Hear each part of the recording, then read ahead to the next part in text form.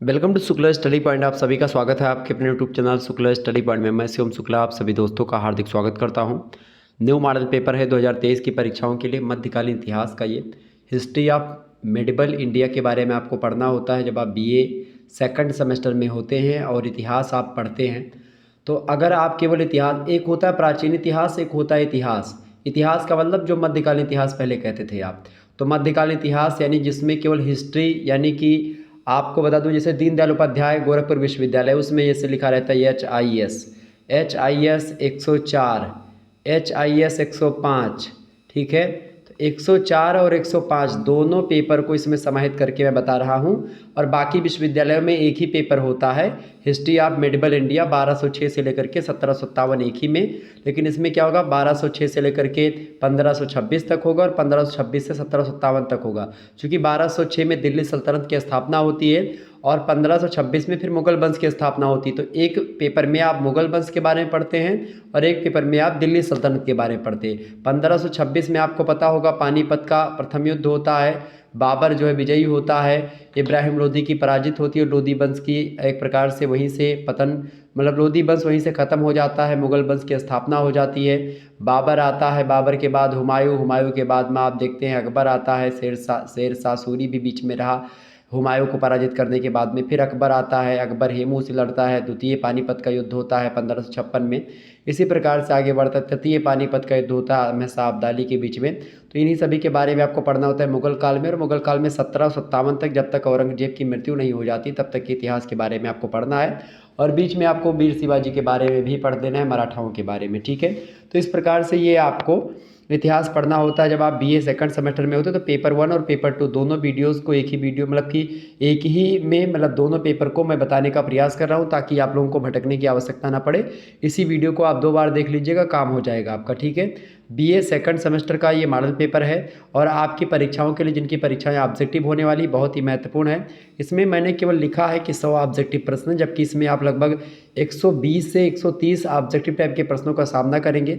आपको बता दूं इससे पहले 2022 वाला जो मॉडल पेपर है वो हमारे चैनल पर अवेलेबल है, आप लोग सर्च करके उसको देख सकते हैं। मैं आपको बताऊंगा जो हमारा दूसरा चैनल है बीए क्रैकर, उस पर आप चले जाइएगा। बीए क्रैकर पर प्लेलिस्ट है और उसी प्लेलिस्ट में आपको हर एक वीडियो मिल जाएगी जो कि 2022 में हमने क्लास ली थी बिल्कुल फ्री में। तो आप प्लेलिस्ट में जाकर के देख लीजिएगा हर एक सब्जेक्ट की वीडियो वहाँ पर मिल जाएगी।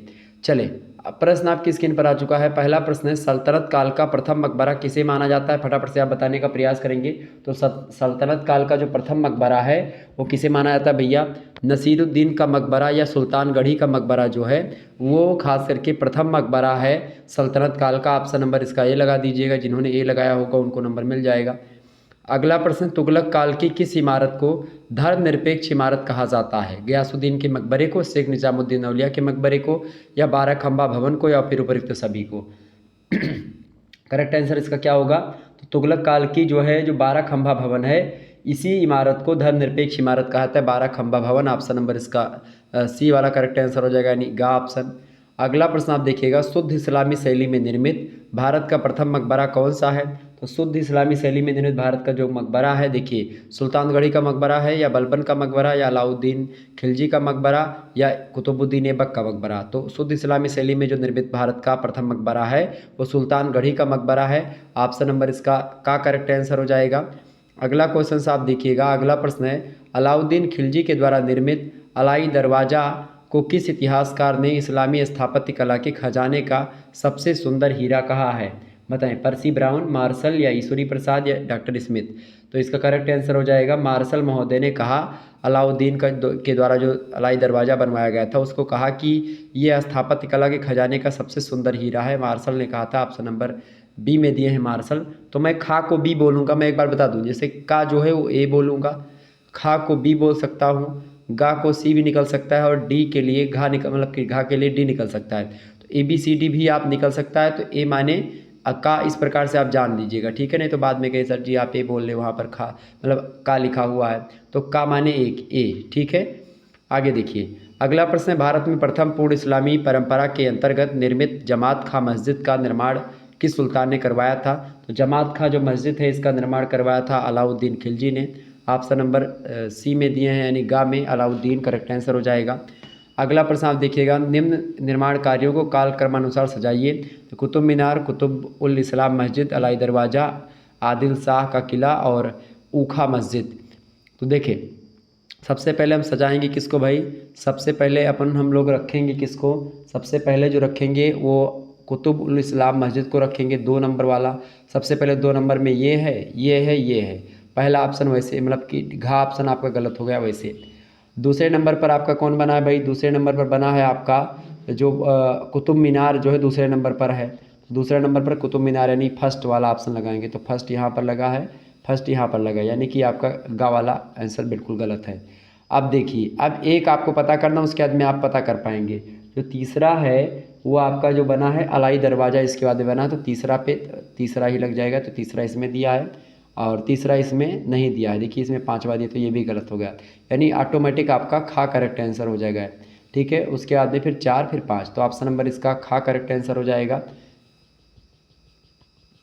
अगला प्रश्न देखिएगा, भारत का तूतीय हिंद किसे कहा जाता है, बताएं सभी लोग फटाफट से। भारत का तूतीय हिंद किसे कहा जाता है भैया, तो भारत का तूतीय हिंद अमीर खुसरो जी को कहा जाता है, आप सभी को पता होगा। ऑप्शन नंबर इसका गा करेक्ट आंसर हो जाएगा, अमीर खुसरो। नेक्स्ट क्वेश्चन आप देखिएगा, सैयद वंश की स्थापना किसने करी। तो क्विक रिवीजन हेतु इस वीडियो को आप देख सकते हैं, बहुत ही इंपॉर्टेंट वीडियो है। और इस प्रकार से वीडियो आपको बता दूं कि कहीं पर पूरे यूट्यूब पर आपको किसी की वीडियोज़ ऐसी नहीं मिलेंगी कि मेरे तरीके से आपको, या फिर मैं ये नहीं बोल रहा हूँ कि भाई आपको नहीं मिलेंगी, लेकिन ये ज़रूर है कि जिस प्रकार से मैं आपको बताने का प्रयास करता हूँ, एक ही वीडियो में सब कुछ बता देता हूँ, इस प्रकार से आपको कहीं पर निष्पक्ष भाव से पढ़ाई नहीं दिखेगी। तो शुक्ला स्टडी पॉइंट आपके साथ हमेशा जुड़ा रहेगा परीक्षा के अंत समय तक। आपकी परीक्षा कल परसों लगी हुई दीनदयाल उपाध्याय गोरखपुर विश्वविद्यालय की, उसके लिए बहुत ही महत्वपूर्ण है। बाकी महात्मा गांधी काशी विद्यापीठ से लेकर के अन्य विश्वविद्यालय जिनकी परीक्षाएं ऑब्जेक्टिव हो रही हैं, उन सभी के लिए बहुत महत्वपूर्ण है।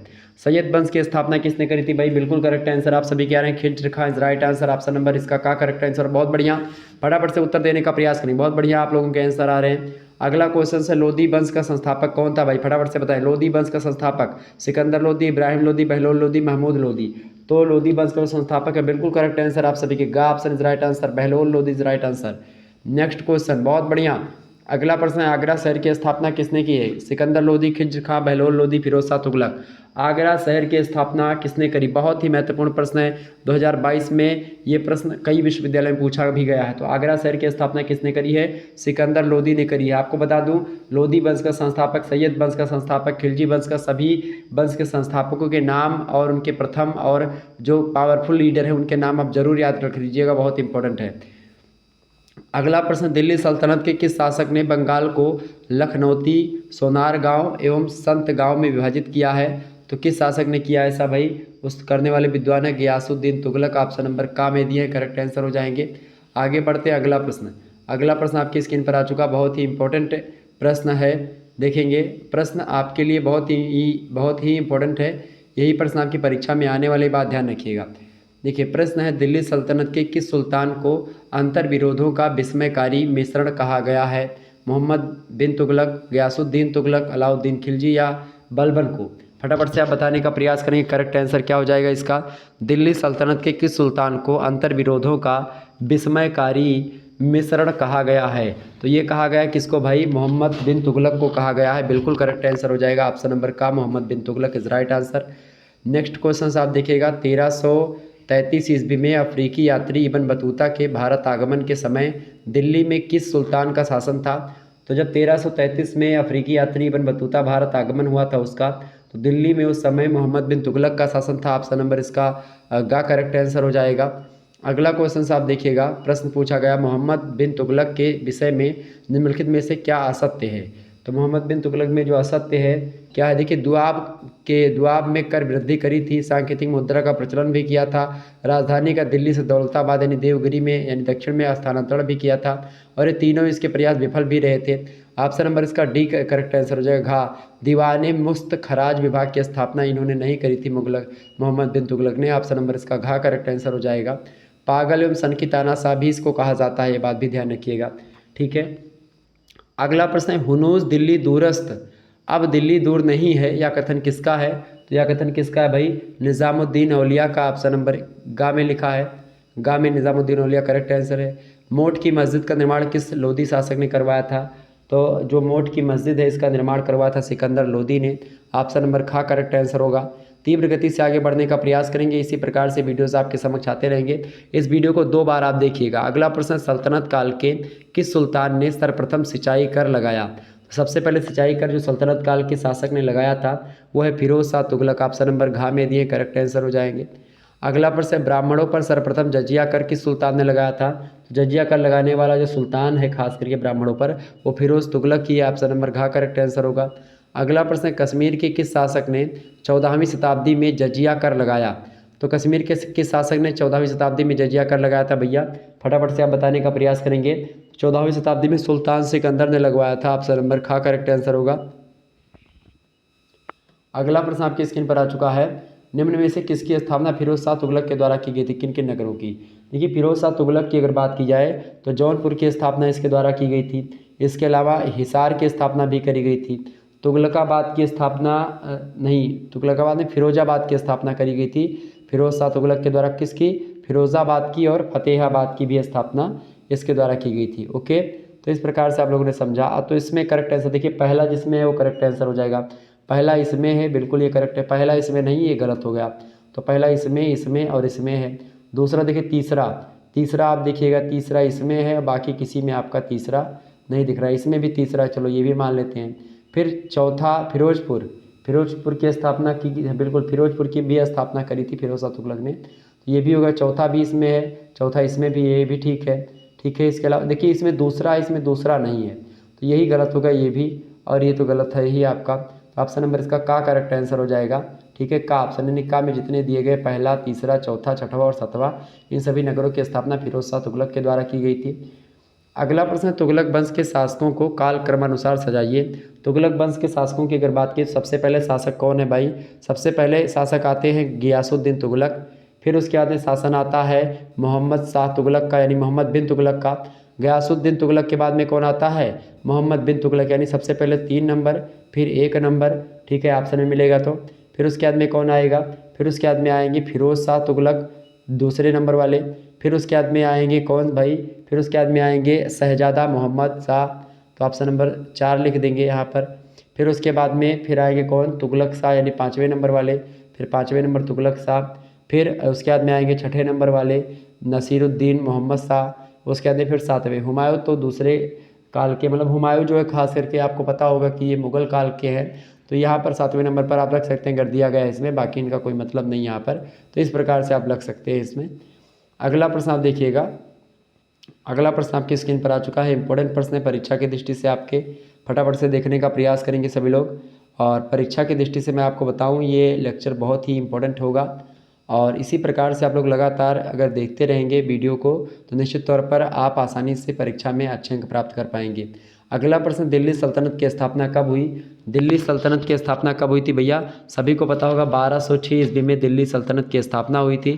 ऑप्शन नंबर खा में दिया है दिल्ली सल्तनत, करेक्ट आंसर हो जाएगा 1206 ईस्वी। ठीक है, 1206 ईस्वी में दिल्ली सल्तनत की जो क्या हुई थी भाई? दिल्ली सल्तनत की स्थापना हुई थी, आप सभी को पता होगा कब हुई थी? 1206 में। ऑप्शन नंबर खा करेक्ट आंसर होगा। अगला क्वेश्चन आप देखिएगा, कुतुबुद्दीन ऐबक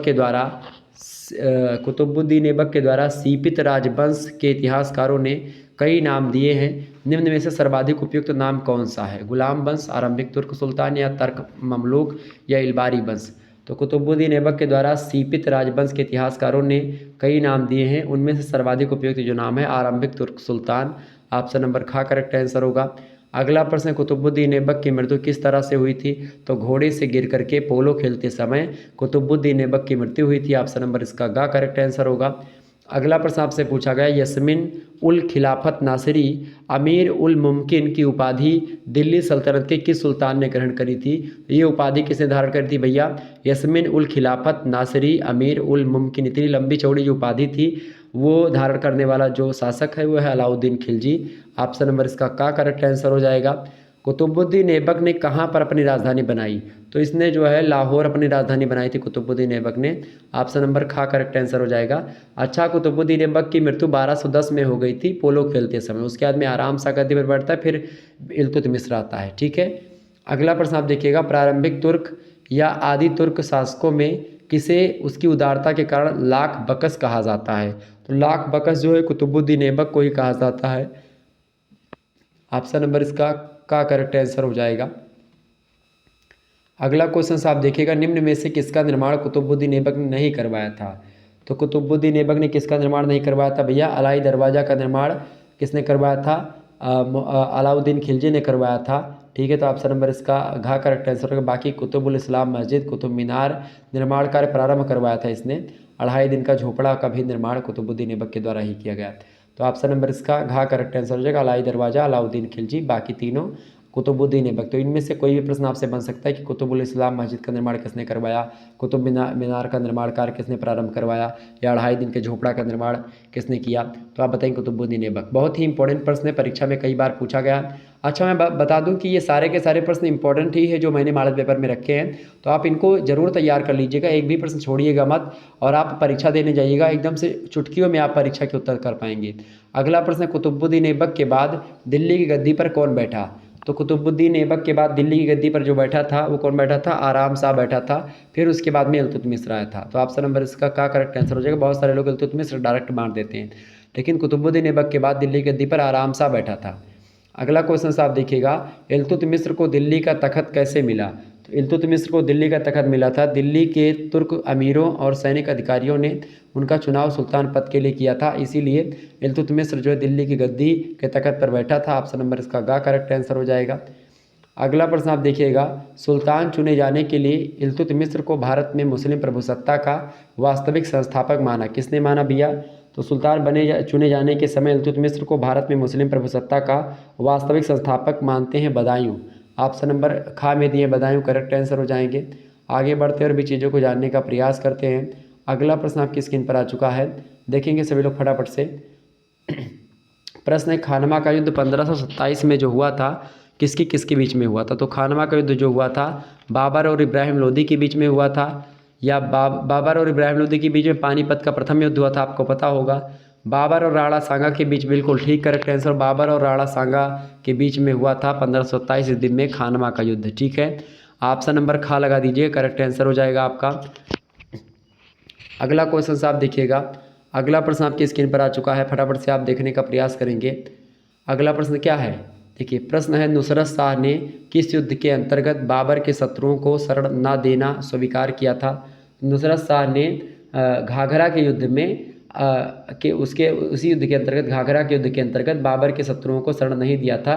ऑप्शन नंबर इसका गा लगाएंगे, घाघरा के युद्ध में, गा ऑप्शन इसका करेक्ट आंसर हो जाएगा। अगला प्रश्न देखिएगा, बाबर की तुजुक बाबरी किस भाषा में है? तुर्की भाषा में तुजुक बाबरी। ऑप्शन नंबर का में दिया तुर्की भाषा, करेक्ट आंसर हो जाएगा। बाबरनामा का अंग्रेजी में अनुवाद किसने किया था? देखिए अंग्रेजी में जो अनुवाद किया था वो जॉन लेडेन महोदय ने किया था 1810 ईस्वी में, लेकिन ऑप्शन में दिया नहीं है, तो यहाँ पर आप लिख सकते हैं एक डी ऑप्शन में, या फिर एक प्रकार से आप लगा सकते हैं बाबरनामा का अंग्रेजी अनुवाद किया था जॉन लेडेन महोदय ने। किसने?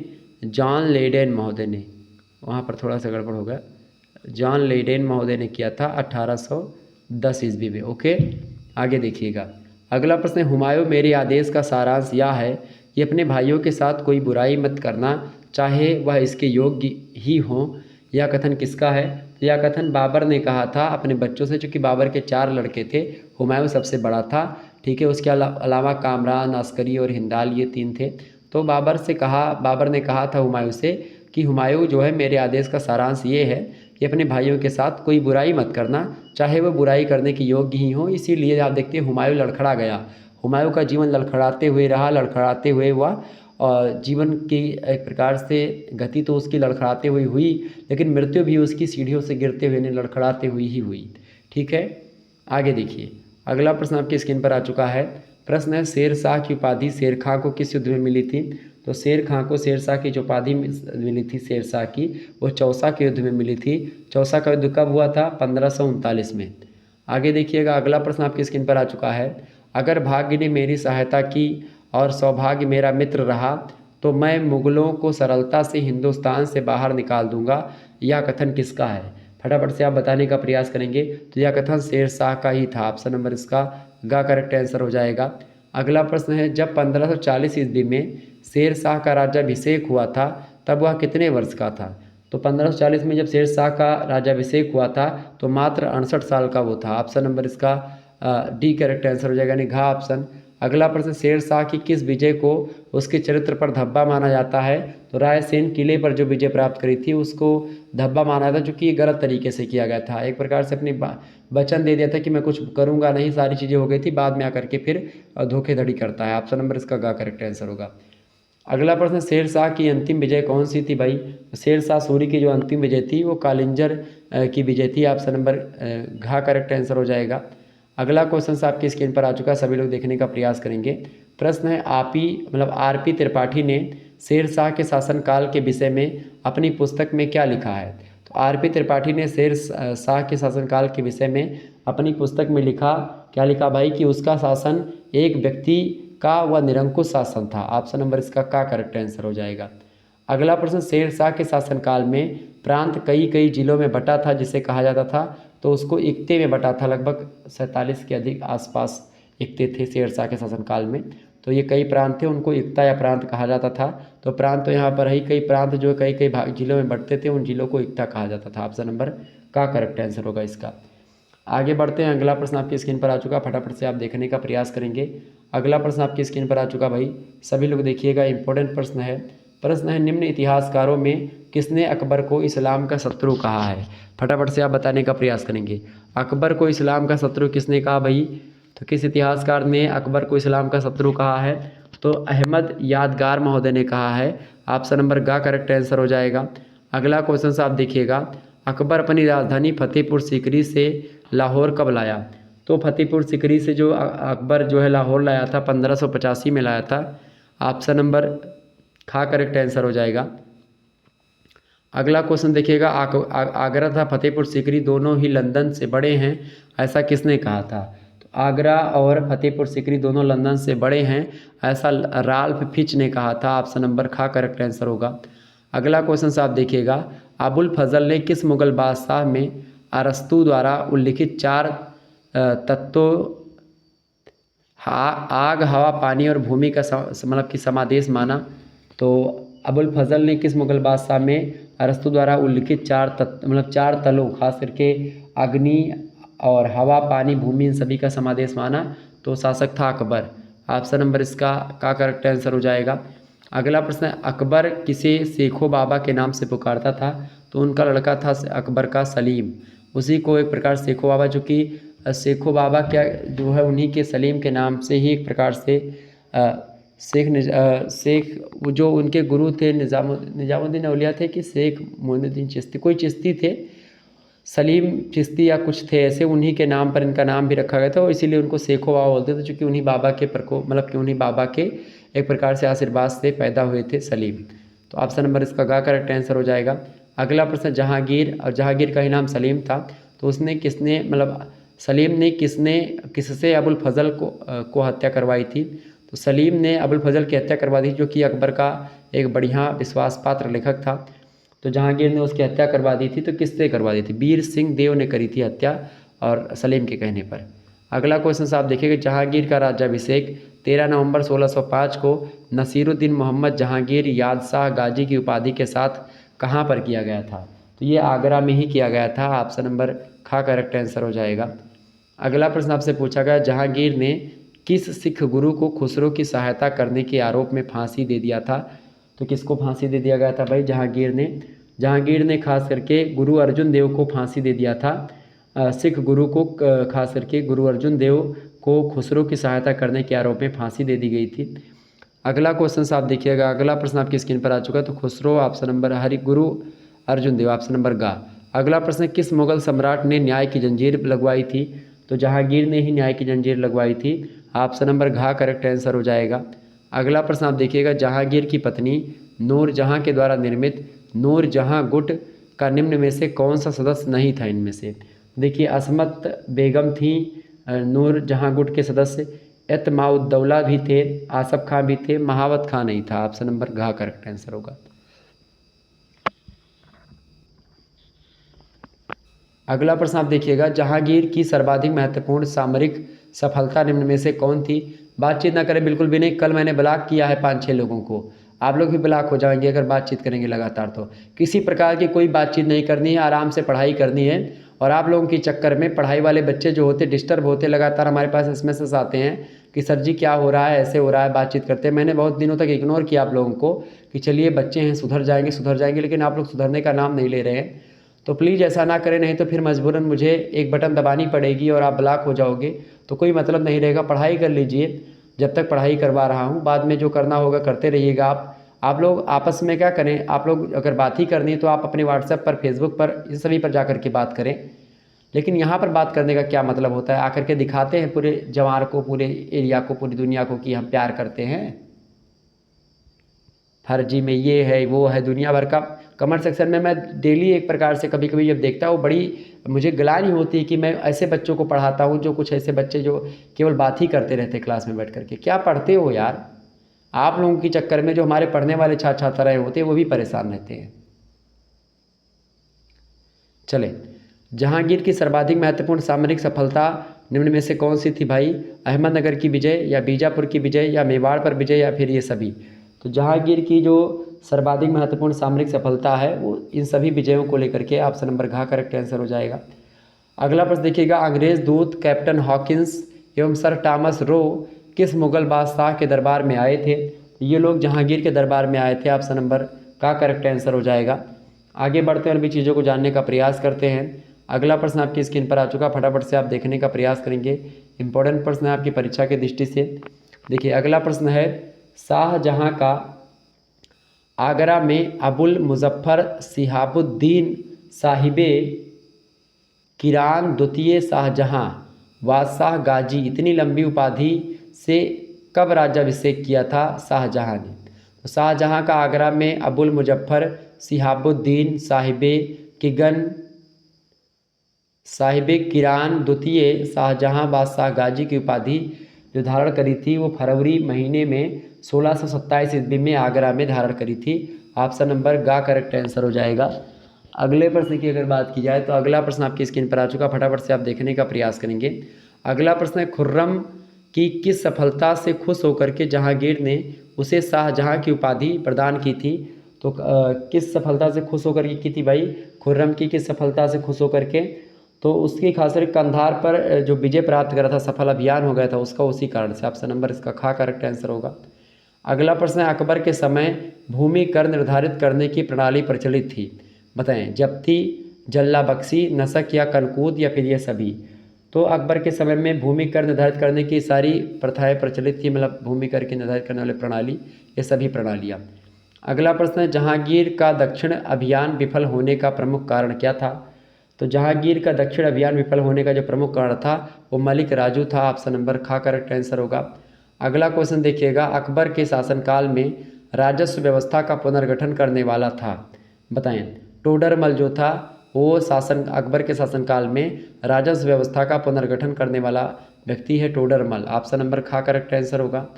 अगला प्रश्न आप देखिएगा, अकबर के दरबार के 9 रत्नों में प्रमुख विद्वान एवं इतिहासकार कौन था? तो अकबर के दरबार में जो 9 रत्न थे, उन 9 रत्नों में से जो सबसे प्रमुख विद्वान था और इतिहासकार था, खास करके प्रमुख विद्वान और इतिहासकार में नाम आता है अबुल फजल का। अबुल फजल एक इतिहासकार भी था, बाकी विद्वान तो बीरबल थे ही सबसे ज़्यादा, बुद्धिमान भी बीरबल ही थे, लेकिन जो इतिहासकार की बात यहाँ पर की गई है तो अबुल फजल इतिहासकार था। ऑप्शन नंबर इसका गा करेक्ट आंसर होगा। अगला प्रश्न है, अकबर का जन्म अमरकोट में हुआ था, बताएं। अकबर का जन्म अमरकोट में हुआ था, कहाँ पर भाई?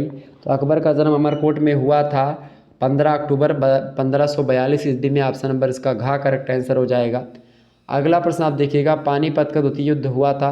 ये सब प्रश्न बहुत ही महत्वपूर्ण है, आप लोग इन प्रश्नों को ध्यान रखेंगे।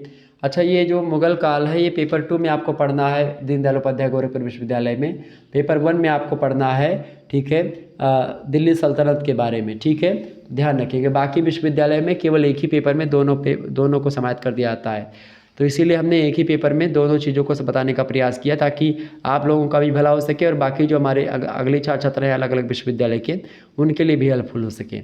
पानीपत का द्वितीय युद्ध कब हुआ था भाई? पानीपत का द्वितीय युद्ध जो हुआ था 5 नवंबर 1556 ईस्वी को हुआ था। ऑप्शन नंबर बी में दिया है 1556 में, हेमू और अकबर के बीच में हुआ था। ऑप्शन नंबर इसका खा करेक्ट आंसर होगा।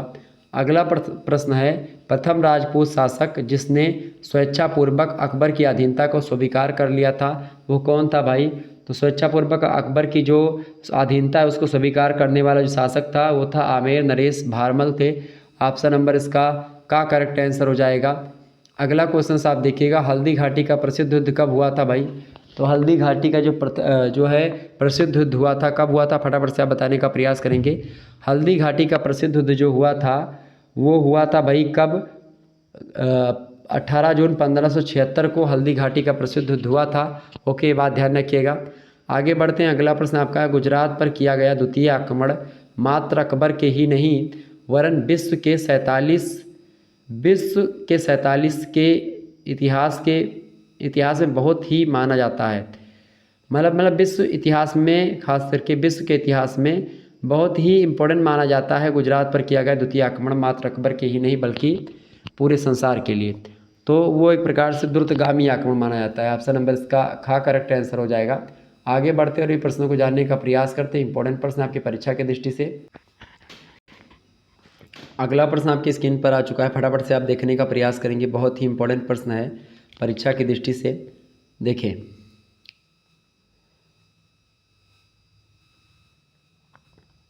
अगला प्रश्न, किस शासक का शासनकाल सबसे कम था? बताएं।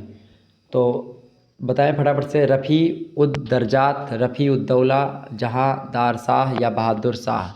फटाफट से आप बताने का प्रयास करेंगे। किस शासक का शासनकाल सबसे कम था इनमें से?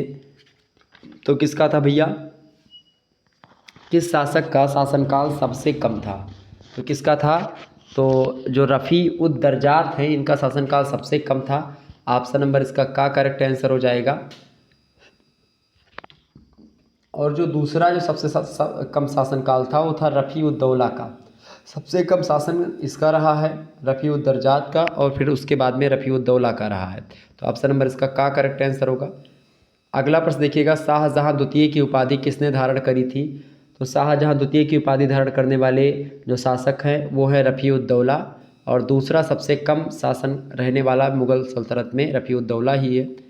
अगला क्वेश्चन आप देखिएगा, सैयद बंधुओं का अंत में, मतलब अंत किसके समय में हुआ था? सैयद बंधुओं का जो अंत हुआ था वो मोहम्मद शाह के समय में हुआ था। मुग़ल बादशाह थे मोहम्मद शाह। ऑप्शन नंबर का करेक्ट आंसर हो जाएगा इसका। अगला प्रश्न आपकी स्क्रीन पर आ चुका है, अहमद शाह अब्दाली के भारत पर आक्रमण के समय शासक कौन था? बताएं। आलमगीर सेकंड, अहमद शाह, या शाह आलम द्वितीय, या शाह आलम तृतीय? तो अहमद शाह अब्दाली के भारत पर आक्रमण के समय जो शासक था आलमगीर सेकंड था। ऑप्शन नंबर का में दिया करेक्ट आंसर हो जाएगा। अगला प्रश्न है, अली गौहर किसका नाम था? अली गौहर जो है शाह आलम द्वितीय का ही नाम था। ऑप्शन नंबर का करेक्ट आंसर हो जाएगा। अगला प्रश्न है, किस मुग़ल शासक ने राजा राम मोहन राय को राजा की उपाधि दी थी? तो राजा राम मोहन राय को राजा की उपाधि जो दी थी वो अकबर सेकंड ने दी थी, अकबर द्वितीय ने दी थी। ऑप्शन नंबर का में दिया अकबर द्वितीय। राजा राम मोहन राय वही है जो कि सती प्रथा वगैरह के अंत करने के लिए ज़्यादा तत्पर रहे और समाज सुधारक रहे राजा राम मोहन राय। तो मुग़ल शासक अकबर द्वितीय ने इनको राजा की उपाधि दी थी। अगला क्वेश्चन आप देखिएगा, मुग़लों के सिक्के किसके समय में बंद हुए थे? बहादुर शाह जफ़र, बहादुर शाह द्वितीय, मोहम्मद शाह या अकबर द्वितीय? तो मुग़लों के जो सिक्के थे वो बंद हुए थे किसके शासनकाल में भैया? अकबर सेकंड के शासनकाल में मुग़लों के जो सिक्के थे खास करके वो बंद हुए थे। आगे देखिएगा, अगला प्रश्न है आपकी स्क्रीन पर, करनाल का युद्ध कब हुआ? करनाल का युद्ध कब हुआ था भैया? करनाल का युद्ध हुआ था नादिर शाह के बीच में, फारसी शासक था नादिर शाह, और मोहम्मद शाह के बीच में हुआ था। मोहम्मद शाह जो था मुग़ल शासक था उस समय, और नादिर शाह फारसी शासक था। फारसी शासक नादिर शाह और मोहम्मद शाह के बीच में युद्ध हुआ था करनाल का युद्ध, जिसमें मोहम्मद शाह हार गया था और जीता था नादिर शाह। 24 फरवरी को हुआ था ये 1739 ईस्वी में। ऑप्शन नंबर ए में दिया है 24 फरवरी 1739। ऑप्शन नंबर इसका ए करेक्ट आंसर होगा। अगला प्रश्न आपकी स्क्रीन पर आ चुका है, किसके अनुसार मुग़ल साम्राज्य के पतन का प्रमुख कारण सैनिक अदक्षता थी? बताएं। तो सैनिक अदक्षता सर यदुनाथ सरकार ऐसा कहते हैं। सॉरी, एक मिनट, क्या प्रश्न है? प्रश्न ये है कि किसके अनुसार मुग़ल साम्राज्य के पतन का प्रमुख कारण सैनिक अदक्षता थी? विलियम आर्बिन ऐसा मानते हैं कि मुग़ल साम्राज्य का पतन इसलिए हुआ चूँकि सैनिक अदक्षता हो गई और इसी कारण से मुगल साम्राज्य का पतन हो गया। ऑप्शन नंबर इसका खा करेक्ट आंसर होगा। विलियम अर्बिन ऐसा स्वीकार करते हैं। अगला प्रश्न है, fall of the Mughal empire किसकी पुस्तक है? Fall of the Mughal empire पुस्तक के लेखक कौन है भैया? सर यदुनाथ ही है। ऑप्शन नंबर इसका यदुनाथ सरकार, ऑप्शन नंबर का करेक्ट आंसर हो जाएगा इसका। Fall of the Mughal empire पुस्तक के लेखक सर यदुनाथ हैं। इंपॉर्टेंट पुस्तक है और परीक्षा में प्रश्न 2022 में भी आया है। अगला प्रश्न है, मुगल साम्राज्य के पतन का प्रमुख कारण क्या था? तो मुगल साम्राज्य के पतन का प्रमुख कारण जो था, अयोग्य उत्तराधिकारी हो गए थे और इसी कारण से इसका पतन हुआ। ऑप्शन नंबर इसका का करेक्ट आंसर होगा, ज़्यादा बेटर। ठीक है, नेक्स्ट क्वेश्चन आप देखिएगा, अहमद शाह अब्दाली के भारत पर आक्रमण का उद्देश्य क्या था? तो अहमद शाह अब्दाली जो पानीपत के तृतीय युद्ध में आया था 1761 में, आप देखते हैं वो खास करके धन को लूटने के चक्कर में आता है। धन को लूटना इसका प्रमुख उद्देश्य था आक्रमण का। ऑप्शन नंबर का करेक्ट आंसर हो जाएगा। आगे बढ़ते और भी चीज़ों को जानने का प्रयास करते हैं। अगला प्रश्न आपकी स्क्रीन पर आ चुका है, किस संधि से छत्रपति ने पेशवा को पूर्ण अधिकार दिया था? बताएं, किस संधि के द्वारा छत्रपति ने पेशवा को पूर्ण अधिकार दिया था? बेसिन की संधि, सालबाई की संधि, पुरंदर की संधि या संगोला की संधि? तो किस संधि से छत्रपति ने पेशवा को पूर्ण अधिकार दिया था भैया? तो थी संगोला की संधि। ऑप्शन नंबर घ में दिया करेक्ट आंसर हो जाएगा। अगला प्रश्न आप सभी लोग देखिएगा। अगला प्रश्न आपकी स्क्रीन पर आ चुका है, फटाफट से देखेंगे। मराठा शक्ति के उत्थान के लिए कौन सा कारण उत्तरदायी नहीं था? महाराष्ट्र की भौगोलिक स्थिति, शिवाजी की सैनिक कुशलता या धार्मिक कारण या विदेशी शक्तियों का आगमन? तो मराठा शक्ति के उत्थान के लिए कौन सा कारण उत्तरदायी नहीं था, ये पूछा गया है। तो कौन सा उत्तरदायी नहीं कारण था? बताएं। तो विदेशी शक्तियों का आगमन जो है ये एक उत्तरदायी कारण नहीं था।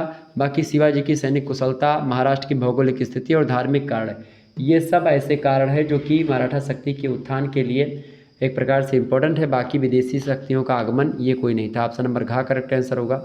अगला प्रश्न है, पानीपत के तृतीय युद्ध में किस शक्ति का उदय हुआ? तो पानीपत के तृतीय युद्ध में किस शक्ति का उदय हुआ था भैया? अंग्रेजों की शक्ति का उदय हुआ। पानीपत के तृतीय विश्व युद्ध के बाद में आपको पता होगा 1761। ठीक है, ऑप्शन नंबर इसका गा करेक्ट आंसर हो जाएगा। अगला प्रश्न, शिवाजी का प्रशासन था निरंकुश शासन प्रशासन, निरंकुश लोक हितकारी, सैन्य प्रधान या निरंकुश राजतंत्र? बताएं। तो निरंकुश राजतंत्र का शासन था शिवाजी का प्रशासन। ऑप्शन नंबर इसका घा करेक्ट आंसर होगा। अगला प्रश्न है, प्रथम आंग्ल मराठा युद्ध की समाप्ति किस संधि के द्वारा हुई थी? तो प्रथम जो आंग्ल मराठा युद्ध हुआ था इसकी समाप्ति सालबाई की संधि के द्वारा संपन्न हुई थी, मतलब खत्म हुआ था ये युद्ध। प्रथम आंग्ल मराठा युद्ध समाप्त हुआ था। ऑप्शन नंबर इसका गा करेक्ट आंसर होगा। अगला प्रश्न आपकी स्क्रीन पर आ चुका, शिवाजी की मृत्यु तथा राज्याभिषेक कहाँ हुआ? फटाफट से आप बताने का प्रयास करेंगे। शिवाजी की मृत्यु तथा राज्याभिषेक जो हुआ था वो रायगढ़ में हुआ था। ऑप्शन नंबर इसका का करेक्ट आंसर हो जाएगा। अगला प्रश्न, चौथ क्या है? तो चौथ जो था ये मराठों द्वारा लिया जाने वाला एक कर था। ऑप्शन नंबर इसका का करेक्ट आंसर हो जाएगा। ऑप्शन नंबर इसका का करेक्ट आंसर, चूँकि मराठा जिन राजाओं की रक्षा करते थे वो लोग चौथ रूपी कर देते थे कि ताकि उनकी रक्षा करें। सैनिक खर्चे कहाँ से निकलते थे? इसी से निकलते थे, चौथ वगैरह से। अगला प्रश्न देखिएगा, भोंसले कहाँ के शासक थे भैया? ग्वालियर के, नागपुर के, इंदौर के या बड़ौदा के? तो भोंसले जो था ये नागपुर का शासक था। ऑप्शन नंबर इसका खा करेक्ट आंसर हो जाएगा। अगला प्रश्न है, बरगीर कौन थे? बरगीर जो थे वो कौन थे भाई? बरगीर जो थे वो मराठा घुड़सवार थे। ऑप्शन नंबर इसका घा करेक्ट आंसर हो जाएगा। अगला प्रश्न आपकी स्क्रीन पर आ चुका है, मराठा राजाओं ने बताएं मुसलमानों के साथ कभी संधि नहीं की थी? बिल्कुल करी है संधि। हमेशा आपस में लड़ाई की? बिल्कुल, मराठा राजाओं ने हमेशा आपस में लड़ाई ही करी और यही कारण है कि एक प्रकार से अंग्रेज़ों ने विजय प्राप्त करी या अंग्रेज़ों ने एक प्रकार से भारत को गुलाम बनाया। और भी अच्छा, मराठाओं की मराठा, राजपूत या एक प्रकार से सभी लोग जो भारतीय शासक थे वो आपस में ही लड़ा करते थे और उसी का फ़ायदा अंग्रेज़ लोग भी उठाए। जितनी भी बाहरी शक्तियाँ आई, चाहे मुग़ल सत्ता हुई या एक प्रकार से दिल्ली सल्तनत के जो तुर्क हुए, ये सब जो है कहीं ना कहीं पे ये मराठाओं की बात नहीं कर रहा हूँ, ये सब आपस में लड़ते थे इसी कारण से। ऑप्शन नंबर खा करेक्ट आंसर होगा इसका। ये सब प्रश्न बहुत ही इंपॉर्टेंट है परीक्षा की दृष्टि से। अगला प्रश्न आपकी स्क्रीन पर आ चुका है, शिवाजी ने क्या किया? जागीर प्रथा का अंत किया, जमींदारों के द्वारा भू राजस्व का संग्रह किया या अपनी सेना में यूरोपीय की नियुक्ति करी या पुर्तगालियों से कोई संबंध नहीं रखा? तो शिवाजी ने जागीर प्रथा का अंत किया। ऑप्शन नंबर इसका का करेक्ट आंसर हो जाएगा।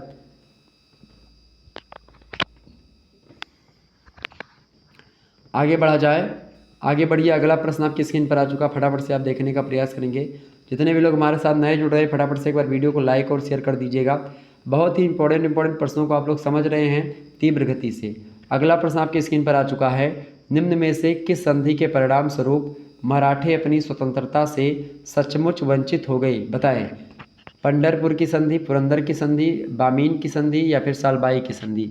फटाफट से आप बताने का प्रयास करें। करेक्ट आंसर क्या हो जाएगा भाई? सभी लोग बताने का प्रयास करेंगे। प्रश्न आपका इम्पोर्टेंट है, बताएं। प्रश्न क्या पूछा गया भाई? प्रश्न पूछा गया है कि किस संधि के द्वारा, निम्न में से किस संधि के परिणाम स्वरूप मराठे जो थे, मराठे अपनी स्वतंत्रता से सचमुच वंचित हो गए थे? तो इसका करेक्ट आंसर क्या हो जाएगा? इसका करेक्ट आंसर क्या होगा भाई? फटाफट से आप बताने का प्रयास करेंगे।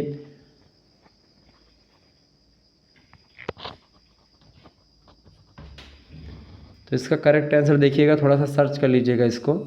इसके बारे में मैंने नहीं सर्च किया है अभी, तो थोड़ा सा ये प्रश्न अभी थोड़ा के लिए रखिए। बाकी इसके बारे में आप बताने का प्रयास करें कमेंट सेक्शन में। अगला क्वेश्चन आप देखिएगा, और बाकी मैं अभी लास्ट में हो सकेगा तो मैं बता दूंगा आपको। अगला प्रश्न है, ताराबाई किसकी पत्नी थी भाई? ताराबाई जो थी ये शिवाजी के सेनापति थे हबीर राव, उन्हीं की पुत्री थी। जो है क्या नाम था इनका? ताराबाई, और राजा राम की पत्नी थी। किसकी? राजा राम की पत्नी थी। ऑप्शन नंबर गा में करेक्ट, मतलब गा है करेक्ट आंसर इसका। राजा राम के साथ इनका विवाह हुआ था। दूसरी पत्नी थी राजा राम की ताराबाई। शिवाजी के सेनापति थे हबीर राव, उन्हीं की पुत्री थी। ठीक है, नेक्स्ट क्वेश्चन आप देखिएगा, शिवाजी ने छुरा मारकर किसकी हत्या कर दी थी भाई? तो शिवाजी ने छुरा मार करके अफजल खान की हत्या करी थी। ऑप्शन नंबर गा करेक्ट आंसर हो जाएगा। अगला प्रश्न आपकी स्क्रीन पर आ चुका है, डी बोने आर्मी जनरल प्रमुख सेना अध्यक्ष था? बताएं। डी बोने आर्मी जनरल प्रमुख सेना अध्यक्ष था, तो महादजी सिंधिया का। ऑप्शन नंबर इसका खा करेक्ट आंसर हो जाएगा। अगला प्रश्न है, पानीपत के तृतीय युद्ध में मराठा सेनापति कौन था? मतलब मराठा सेना का सेनापति कौन था? तो पानीपत के तृतीय युद्ध में मराठा सेना का जो सेनापति था वो कौन था भैया? सदाशिवराव भाऊ थे। 14 जनवरी 1761 को खास करके आप देखिएगा, अहमद शाह अब्दाली और मराठाओं के बीच में खास करके पानीपत का तृतीय युद्ध होता है। ओके, तो उस समय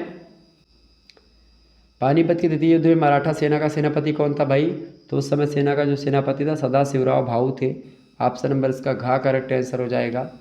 आगे देखिएगा, अगला प्रश्न आपकी स्क्रीन पर आ चुका है, किसी अंग्रेज ने किसके बारे में कहा था कि मराठों का अंतिम बुद्धिमत्तापूर्ण प्रशासन था? नाना फडणवीस का। बिल्कुल करेक्ट आंसर ऑप्शन नंबर का करेक्ट आंसर होगा इसका।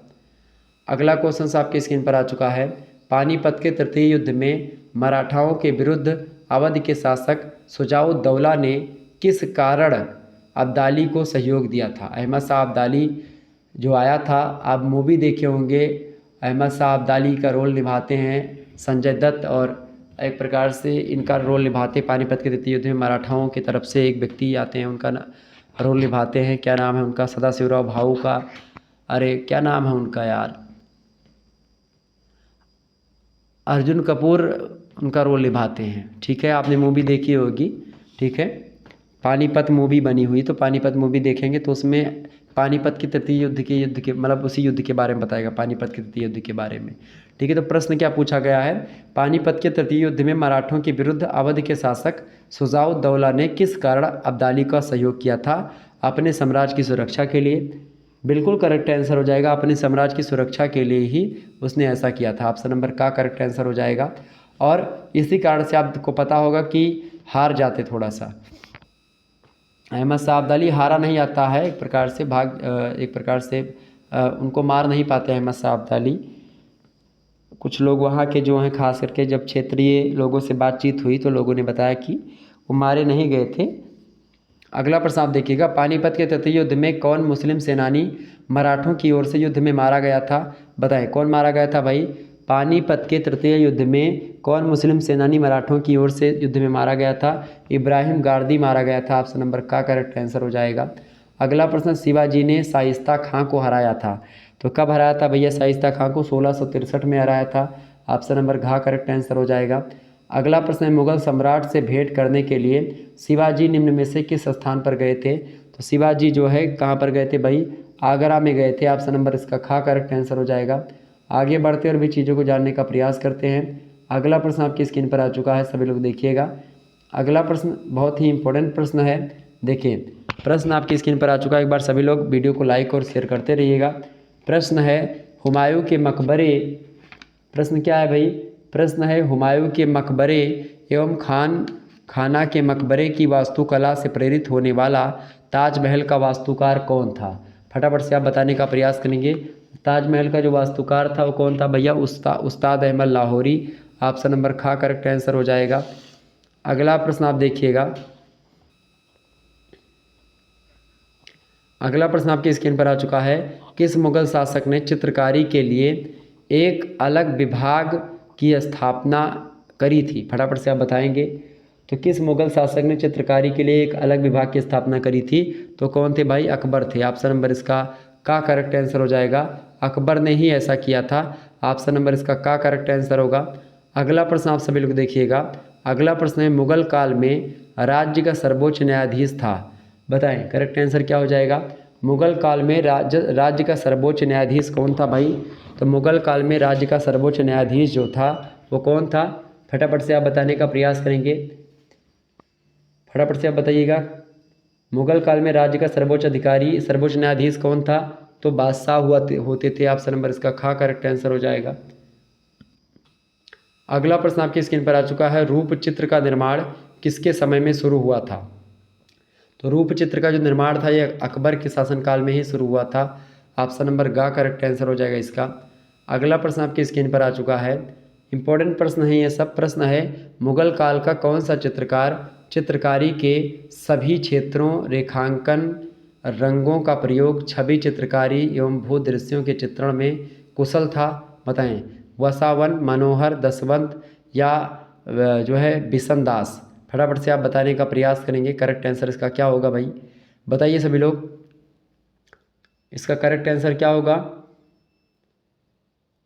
प्रश्न क्या है, मुगल काल का कौन सा चित्रकार चित्रकारी के सभी क्षेत्रों, रेखांकन, रंगों का प्रयोग, छवि चित्रकारी एवं भूदृश्यों के चित्रण में कुशल था? तो कौन था भाई? वो था मनोहर। ऑप्शन नंबर खा करेक्ट आंसर होगा। अगला प्रश्न है, अकबर ने अपने समय के किस संगीतज्ञ एवं ध्रुपद गायक को काष्ठाभरण वाणी बिलास की उपाधि प्रदान करी थी? तो काष्ठाभार वर्ण बाड़ी की उपाधि, भरण बाड़ी की जो उपाधि, वाणी बिलास की जो उपाधि प्रदान की थी वो तानसेन को करी थी। ऑप्शन नंबर गा करेक्ट आंसर हो जाएगा। अगला प्रश्न आपकी स्क्रीन पर आ चुका है, शाहजहां ने संगीत से जुड़े किस व्यक्ति को गुण समुंदर की उपाधि दी थी? तो गुण समुंदर की उपाधि दी थी किसको भाई? बताइएगा किसको दी थी? बिलास खां, छतर खां, शौकी या लाल खां? तो लाल खां को खास करके गुण समुंदर की उपाधि दी थी शाहजहां ने। ऑप्शन नंबर इसका गा करेक्ट आंसर होगा। अगला प्रश्न आपकी स्क्रीन पर आ चुका है, औरंगजेब के समय में संगीत की पुस्तक मान कुतूहल का अनुवाद किसने राग दर्पण नाम से औरंगजेब को सौंपा था? तो ऐसा करने वाले जो व्यक्ति हैं उनका नाम है फ़कीरुल्लाह। ऑप्शन नंबर घा में दिए फ़कीरुल्लाह करेक्ट आंसर हो जाएगा। अगला प्रश्न आपसे पूछा गया है, अकबर के समय में लिखे गए फारसी एवं संस्कृत भाषा के कोश फारसी प्रकाश की रचना किसने लिखी थी? पंडित जगन्नाथ, पदम शंकर, नरहरि या मुकुंद राम? प्रश्न है कि अकबर के समय में लिखे गए फारसी एवं संस्कृत के कोश फारसी प्रकाश की रचना किसने की थी? तो पदम शंकर ने करी थी फारसी कोश की रचना। ऑप्शन नंबर इसका खा करेक्ट आंसर हो जाएगा। फारसी और संस्कृत भाषा के डिक्शनरी को लिखा था पदम शंकर ने, उसी को कोश कहते हैं। ऑप्शन नंबर इसका खा करेक्ट आंसर होगा। अगला प्रश्न आपसे पूछा गया है, मुगल शासन में गुप्तचर एवं संवाद वाहन का सर्वोच्च अधिकारी कौन था? फटाफट से आप बताने का प्रयास करेंगे। खान ए समा, काजी उल कुजाल या दरोगा ए डाक चौकी या प्रधानमंत्री? तो मुगल शासन में गुप्तचर और संवाद वाहन का सर्वोच्च अधिकारी जो था उसको दरोगा ए डाक चौकी कहते थे। ऑप्शन नंबर इसका गा करेक्ट आंसर होगा। आगे बढ़ते और भी चीज़ों को जानने का प्रयास करते हैं। अगला प्रश्न आपकी स्क्रीन पर आ चुका है, सभी लोग देखिएगा। देखिए प्रश्न इंपॉर्टेंट है। प्रश्न क्या है भाई? सभी लोग देखने का प्रयास करेंगे। प्रश्न है, मजमा ए अलौवरीन यानी दो महासागरों का मिलन, ये रचना किसकी भाई? ये रचना है दारा सिकोह की। किसकी है? दारा सिकोह की रचना। ऑप्शन नंबर खा में दारा सिकोह दिए करेक्ट आंसर हो जाएंगे। देखिए गा में दिए हैं, यहाँ पर खा गलती से लिख गया है, गा यहाँ पर कर लीजिएगा, सी ऑप्शन। अगला क्वेश्चन आप देखिएगा, मुगल शासन व्यवस्था में सूबे की सेना की देखभाल करने वाला था, बख्शी, कोतवाल, सूबेदार या फौजदार। तो मुगल शासन व्यवस्था में सूबे की सेना की देखभाल जो करता था वो बख्शी लोग हुआ करते थे, मतलब बख्शी क्या करते थे, उनका नाम बख्शी, मतलब उस पोस्ट की नाम बख्शी थी। ऑप्शन नंबर का करेक्ट आंसर होगा। अगला प्रश्न आप देखिएगा, प्रश्न इंपॉर्टेंट है। अगला प्रश्न क्या है, मुगल काल में किस भाषा को रेखता भी कहा गया है। तो फारसी को, संस्कृत को, तुर्की को या उर्दू को। तो मुगल काल में उर्दू को रेखता कहा जाता था। ऑप्शन नंबर घ में दिया है उर्दू, करेक्ट आंसर हो जाएगा।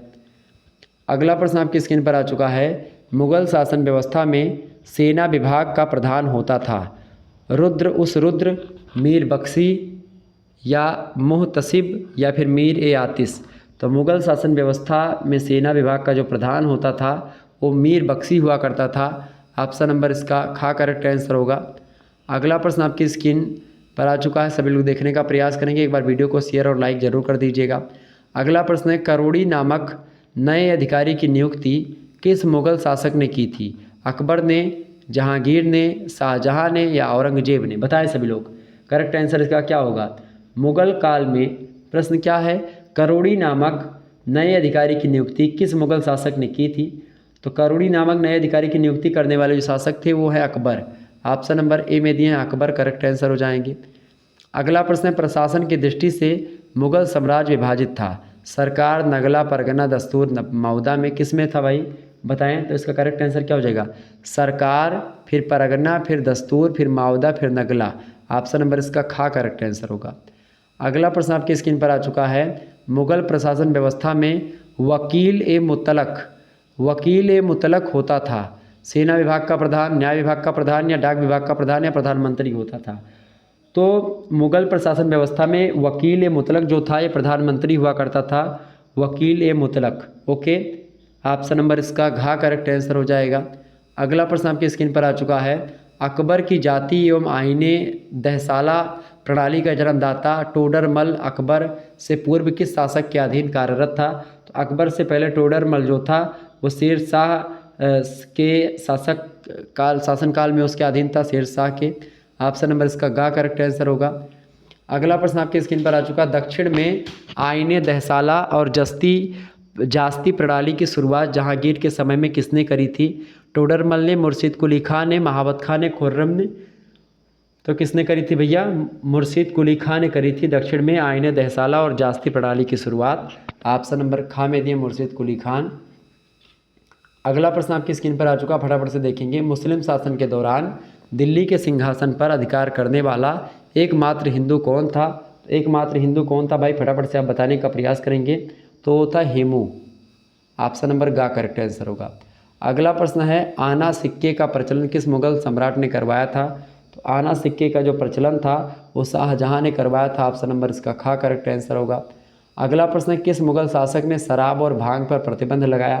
तो शराब और भांग पर प्रतिबंध लगाया था औरंगजेब ने। ये शराब और भांग वगैरह नहीं खाता था, शराब नहीं पीता था। बाकी अधिकतर मुगल शासक जो थे वो पिया करते थे, ठीक है, जबकि औरंगजेब जो था वो नहीं पीता था और इसके दरबारी जो थे वो पिया करते थे, इसीलिए इसने शराब और भांग पर प्रतिबंध लगा दिया था। ऑप्शन नंबर गा करेक्ट आंसर होगा इसका। आगे देखिएगा, अगला प्रश्न आपकी स्क्रीन पर आ चुका है, बहुत ही इंपॉर्टेंट प्रश्न है आपकी परीक्षा की दृष्टि से। और आपको बता दूं कि और भी तमाम सारे प्रश्न हैं जो कि आपकी परीक्षा में आते रहते हैं मुगल काल को लेकर के, ठीक है। अच्छा, एक प्रश्न पूछा था कि भाई चिश्ती संप्रदाय की स्थापना कब हुई है। तो 1192 के बाद में आप देखते हैं, उसी में 1192 में चिश्ती संप्रदाय की स्थापना होती है। ओके, चिश्ती संप्रदाय के संस्थापक कौन थे, ख्वाजा मोइनुद्दीन चिश्ती, ये चिश्ती संप्रदाय के प्रणेता थे। कादरी संप्रदाय के प्रणेता तो शेख अब्दुल कादिर जिलानी जो थे वो कादरी संप्रदाय के प्रणेता थे। ये सब थोड़ा सा ध्यान रखिएगा, एग्जाम में पूछा जाता है प्रश्न। देखिए प्रश्न अगला है आपका, सत्तारा संप्रदाय की स्थापना कब हुई थी भाई। तो सत्तारा संप्रदाय की स्थापना जो हुई थी 1415 ईस्वी में हुई थी। ऑप्शन नंबर इसका खा करेक्ट आंसर हो जाएगा। अगला प्रश्न आपकी स्क्रीन पर आ चुका है, सत्तारा संप्रदाय की स्थापना किसने की थी। अब्दुल सत्तार ने, मोइनुद्दीन चिश्ती ने या शेख शिहाबुद्दीन ने, या इनमें से कोई नहीं। तो सत्तारा संप्रदाय की स्थापना जो करी थी अब्दुल सत्तार ने करी थी, इसीलिए इसको सत्तारा संप्रदाय भी कहा जाता है। ऑप्शन नंबर इसका का करेक्ट आंसर होगा। अगला प्रश्न आपकी स्क्रीन पर आ चुका है। उत्तरी भारत में भक्ति आंदोलन के प्रणेता थे रामानुजाचार्य, रामानंद, नामदेव या गुरु नानक। तो उत्तरी भारत में भक्ति आंदोलन के प्रणेता रामानंद थे, जबकि दक्षिण भारत में भक्ति आंदोलन के प्रणेता पूछे तो रामानुजाचार्य। भक्ति आंदोलन के प्रणेता रामानुजाचार्य और दक्षिण भारत से ही एक प्रकार से भक्ति जो है वो प्रचलित हुई है। ओके, ध्यान रखिएगा, दक्षिण भारत से रामानुजाचार्य और वैसे रामानुजाचार्य, बाकी अगर उत्तर भारत पूछे तो रामानंद। अगला प्रश्न, दक्षिण भारत में भक्ति आंदोलन के प्रणेता कौन थे? रामानुजाचार्य। ऑप्शन नंबर इसका गा करेक्ट आंसर हो जाएगा। अगला प्रश्न आपके स्क्रीन पर आ चुका है। निम्न में से कौन दक्षिण भारत से संबंध रखते थे? निम्बार्काचार्य, नानक, कबीर या फिर चैतन्य महाप्रभु। दक्षिण भारत से रिलेटेड है निम्बार्काचार्य। ऑप्शन नंबर इसका का करेक्ट आंसर हो जाएगा। अगला प्रश्न आपकी स्क्रीन पर आ चुका, वल्लभाचार्य का जन्म किस प्रदेश में हुआ था? अच्छा, वल्लभाचार्य जो थे ये सूरदास के शिष्य थे, मतलब सूरदास इनके शिष्य थे। सूरदास के गुरु थे वल्लभाचार्य। कृष्ण भक्ति परंपरा से जुड़े रहे, कृष्ण भक्ति को एक प्रकार से मतलब भगवान श्री कृष्ण को भगवान मान करके उनकी पूजा आराधना किया करते थे वल्लभाचार्य। और इनका जन्म जो हुआ था खास करके चंपारण में हुआ था। कांकरवाड़ गाँव पड़ता है चंपारण में, उसी गांव में हुआ था। छत्तीसगढ़ में वर्तमान में पड़ता है ये चंपारण। ठीक है, तो ऑप्शन नंबर इसमें छत्तीसगढ़ दिया नहीं, तो यहाँ पर आंध्र प्रदेश की जगह पर आप छत्तीसगढ़ कर सकते हैं। ठीक है, छत्तीसगढ़ कर लीजिएगा, छत्तीसगढ़ इज राइट आंसर। अगला प्रश्न है, भक्ति आंदोलन के कारण क्या थे? अभ्युदय की खोज, हिंदू धर्म के दोष, समन्वय की भावना। देखिए, भक्ति आंदोलन के कारण इसीलिए था अभ्युदय की खोज के लिए, हिंदू धर्म में जो दोष थे उन दोषों को खत्म करने के लिए, समन्वय की भावना को दिखाने के लिए, सभी के लिए भक्ति आंदोलन का एक प्रकार से उदय होता है। ठीक है, ये बात ध्यान रखिएगा। ऑप्शन नंबर इसका लगाएंगे डी ऑप्शन, उक्त सभी। अगला प्रश्न आप देखिएगा, भक्ति आंदोलन का प्रभाव क्या है? बाह्य आडंबरों का अभाव हुआ, जो आडंबर था उसमें कमी आई। मुसलमानों के अत्याचारों में भी कमी आई। उदारता और संचार की भावना जो है विकसित हुई। ऑप्शन नंबर इसका घा करेक्ट आंसर हो जाएगा। अगला प्रश्न है, भक्तों ने भक्ति के साधन बताए हैं, ज्ञान, प्रेम, उपासना। ज्ञान के माध्यम से भी भक्ति की जा सकती है, प्रेम के माध्यम से भी और उपासना के माध्यम से भी भक्ति होती है। ऑप्शन नंबर डी, उक्त सभी माध्यमों से भक्ति होती है। यहाँ पर हैं दिया गया है और साधन पूछे गए हैं और उक्त सभी भी ऑप्शन दिया गया, तो ऑप्शन नंबर घा ही करेक्ट आंसर होता है लगभग। अगला प्रश्न है, भक्ति आंदोलन के संस्थापक एवं जन्मदाता थे। तो जब भी ऐसा प्रश्न पूछे भक्ति आंदोलन के संस्थापक के जन्मदाता, तो आप हमेशा लगाएंगे रामानुजाचार्य, करेक्ट आंसर हो जाएगा ऑप्शन नंबर का। बहुत ही इंपॉर्टेंट प्रश्न है, परीक्षा में आता ही रहता है। वहीं अगला प्रश्न आपसे बन सकता है, भारत में सूफी आंदोलन का प्रवेश कब हुआ था? तो भारत में सूफी आंदोलन का जो प्रवेश हुआ है वो 12वीं शताब्दी के आसपास माना जाता है। ऑप्शन नंबर इसका का करेक्ट आंसर हो जाएगा। अगला प्रश्न है, निम्न में से कौन सूफी संप्रदाय है? चिश्ती संप्रदाय, सुहरावर्दी संप्रदाय, कादरी संप्रदाय, ये सब सूफी संप्रदाय ही हैं। ऑप्शन नंबर इसका घा करेक्ट आंसर हो जाएगा। इस प्रकार से बहुत सारे प्रश्नों को आप लोगों ने जाना, समझा और परखा। आपको बता दूं कि जो पेपर होने वाले हैं खंड का, कि उसमें आपसे पूछा जाएगा दिल्ली सल्तनत के बारे में कुछ बातें। दिल्ली सल्तनत से जो प्रश्न आपसे पूछा जाएगा वो बहुत ही इंपॉर्टेंट प्रश्न होंगे, उनके लिए आप थोड़ा सा तैयार हो जाइएगा। और 2022 वाले जो मॉडल पेपर हैं उसको ज़रूर देख लीजिएगा। ठीक है, उसमें विस्तार से हमने हर एक चीज़ों के बारे में आपको बताया है। प्रश्न आपसे पूछा सकता है, जो कि 2022 में प्रश्न पूछा गया था कि इल्तुतमिश के किस प्रतिद्वंदी ने सिंधु नदी में डूब करके आत्महत्या कर ली थी? तो नसीरुद्दीन कुबाचा जो था उसने ऐसा करा था। ठीक है, ये बात थोड़ा सा ध्यान रखिएगा। अच्छा, बताएं कि जो दिल्ली सल्तनत में जो पहली मुस्लिम शासिका थी वो कौन थी? तो आप सभी को पता होगा, रजिया सुल्तान का नाम आप लोगों ने सुना होगा। रजिया सुल्तान जो थी वो पहली मुस्लिम शासिका थी। ओके, ये बात ध्यान रखिएगा। और रजिया द्वारा गैर तुर्कों को अधिक महत्व भी दिया गया और इसी कारण से रजिया सुल्तान का पतन हुआ, ये बात भी आप लोग जानते हैं। तो ये प्रश्न आपसे पूछता है, प्रश्न ऐसे पूछेगा कि मध्यकालीन दिल्ली की प्रथम महिला शासिका कौन थी? ऑप्शन ए में आपको देगा शाह तुर्कान, ऑप्शन बी में देगा चांद बीबी, ऑप्शन सी में देगा रजिया सुल्तान, ऑप्शन डी में देगा नूरजहां। तो आप लगाएंगे मध्यकालीन हिंदी की प्रथम महिला शासिका जो थी वो थी रजिया सुल्तान। ओके, ये बात ध्यान रखिएगा। क्लियर, समझ में आ रही चीज़ें?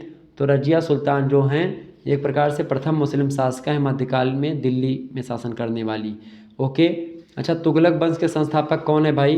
तुगलक वंश के संस्थापक कौन है? गयासुद्दीन तुगलक। ऑप्शन पूछा 2022 में प्रश्न पूछा गया था। ठीक है, तो इसीलिए मैं बता रहा हूँ ताकि अब की बार भी अगर प्रश्न पूछे तो आप आसानी से कर पाएँ। ठीक है, तो बताएं दिल्ली सल्तनत मतलब कि दिल्ली का जो तुगलक वंश है, देखिए दिल्ली में 5 वंश है कुल मिलाकर के। तुगलक वंश, पहले गुलाम वंश आता है, गुलाम वंश, ठीक है, इल्तुतमिश के शासनकाल में प्रारंभ होता है, इल्तुतमिश हो गया।